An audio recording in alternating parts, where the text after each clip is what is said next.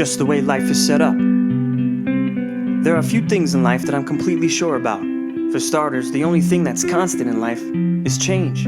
Second, love makes this ride we call life worthwhile. Finally, much of the amazing things in life are usually on the other side of fear, struggle, and pain. I think it's safe to say most people on this planet have experienced fear in their lives.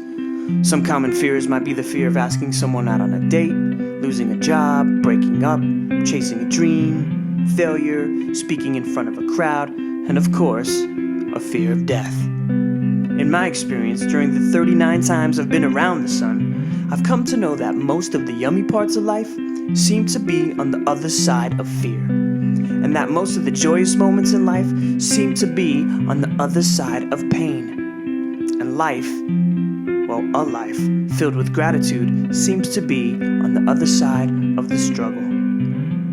It's just the way life is set up. I remember hearing at a young age to feel the fear and do it anyway. You ever hear that?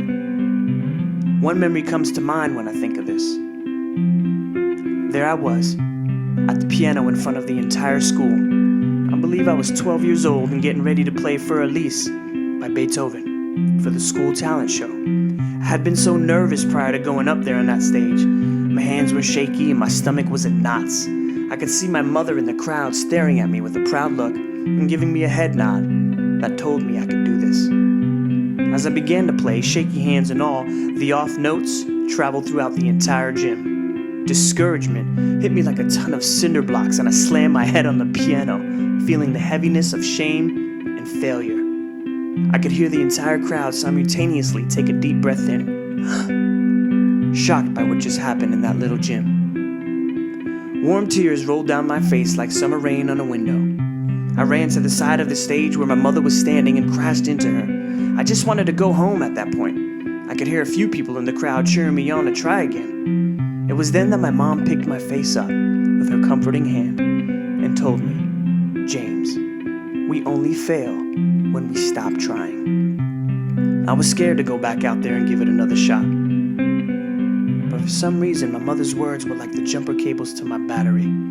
She made me believe that everything would be okay after I tried to play the song again. I knew that this was a moment of definition for me. Not sure how I was able to grasp that at the age of 12, but I did. I walked back out on that stage to meet some clapping and cheering, sat down on the bench, and began to play my little heart out. Now, not every note was perfect, but I played the song all the way through. And when I was done, the entire gym of parents and faculty, along with the other nervous performers, began to clap and cheer for me. I felt accomplished that evening. That high lasted about a week. My life was never the same after that either. I was a new me, an expanded me, if you will. Fear seemed to be a friend that was just misunderstood. I learned it was okay to feel fear, but it wasn't okay to let it hinder me. I've encountered fear, pain, and struggle many times throughout my life, and I've come to know that no matter what, if one keeps the faith, which can look like an unwavering persistence toward achieving their goals, that is where the magic happens. It's just the way life is set up. So, if you're going through a breakup, or thinking of giving up on your dreams, or whatever is scaring you to the point you want to turn back just short of the top, remember that this is all a part of the journey. It's just the way life is set up. You can either choose to find comfort in the constraints of your current consciousness, I like to call these excuses, or dare to be great by feeling the fear and doing it anyway, as well as accepting the pain and finding beauty in the struggle. My friends, I hope it's the latter for you. Keep the faith, appreciate all that life has to offer, and trust life. Positively yours, James.